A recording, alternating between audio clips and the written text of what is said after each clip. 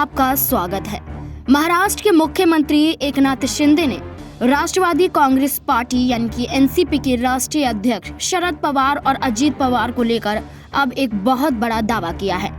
उन्होंने कहा है कि मौजूदा बीजेपी शिवसेना सरकार में शामिल अजीत पवार जिस बात पर सहमत होंगे उस पर एनसीपी प्रमुख शरद पवार जल्द ही सहमत हो जाएंगे, लेकिन थोड़ा वक्त लगता है।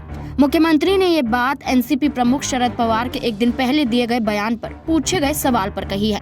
पवार ने कहा था कि एनसीपी में कोई विभाजन नहीं है और महाराष्ट्र के उप मुख्यमंत्री अजीत पवार इसके नेता हैं, लेकिन बाद में पवार इस बयान से मुकर गए थे। यहाँ पर सीधे तौर पर अब एकनाथ शिंदे भी ये बात कहते हुए नजर आ रहे हैं। आपको बता दें कि सीएम शिंदे ने कहा शरद पवार पुराने नेता हैं, अजीत पवार प्रधानमंत्री नरेंद्र मोदी के कार्य से सहमत हैं। वे इस काम का हिस्सा बनना चाहते थे, इसलिए वो राज्य सरकार में शामिल हो गए। जिस पर अजीत पवार राजी होते हैं उस पर शरद पवार भी जल्द ही राजी हो जाते हैं। अक्सर ऐसा पहली बार देखा भी गया है। यहाँ पर ऐसे उन्होंने ये दावा किया, लेकिन यहाँ पर शरद पवार की बात कही जाए तो वो यहाँ पर पलटते हुए भी दिखाई दिए, यहाँ पर अजीत पवार के खिलाफ भी नजर आए।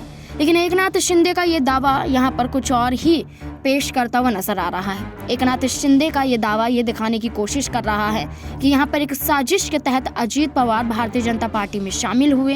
ये शरद पवार के कहने पर सब कुछ हुआ। अब यहाँ पर अब अजीत पवार के साथ ही मिलकर शरद पवार यहाँ पर कोई बड़ा खेल खेलते हुए नजर आएंगे।